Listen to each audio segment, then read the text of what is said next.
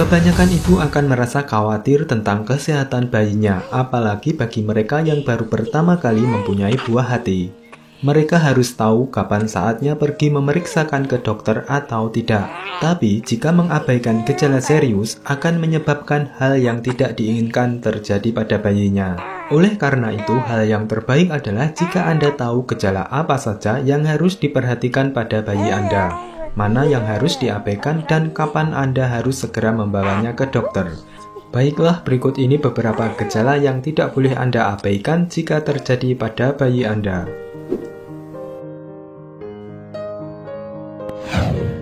Yang pertama, demam.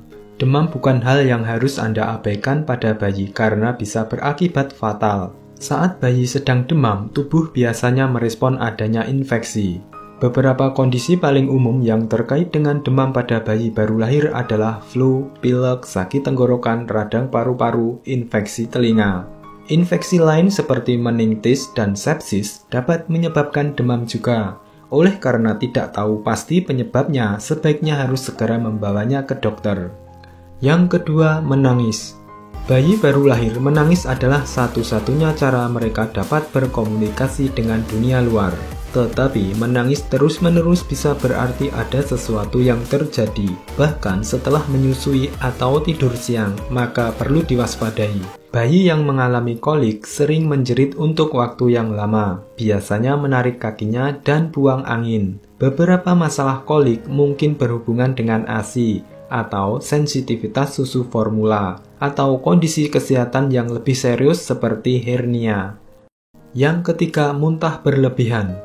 Muntah pada bayi adalah hal yang alami, tetapi jika muntah yang berlebihan harus memerlukan penanganan dari dokter. Jika muntah karena kenyang, tubuhnya berubah posisi setelah diberi makan, atau menelan udara ekstra saat menyusui, dan hal itu masih normal. Yang keempat, kurang berenergi dan tidak aktif.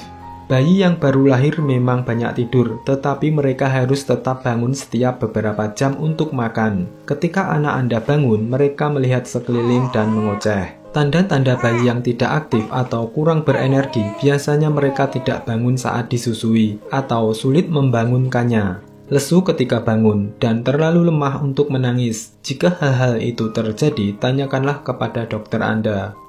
Yang kelima, ruam merah. Ruam pada bayi yang harus diperhatikan adalah jika ruamnya tampak seperti melepuh, berubah warna atau basah. Waspadai juga kemerahan atau kekenyalan yang bisa berupa jerawat bayi, eksim, gatal-gatal, dermatitis, atau ruam panas. Beberapa kondisi ini memerlukan perawatan, sementara beberapa yang lain akan sembuh dengan sendirinya. Pada umumnya, ruam tidak menandakan kondisi kesehatan yang serius. Yang keenam, bibir berwarna kebiruan. Jika bibir bayi Anda terlihat kebiruan, atau membran mukus di dalam mulutnya atau pada lidahnya berubah biru, ini bisa jadi tanda bahwa si bayi tidak mendapatkan oksigen yang cukup. Kondisi ini disebut sianosis. Kondisi ini harus segera mendapatkan perawatan medis.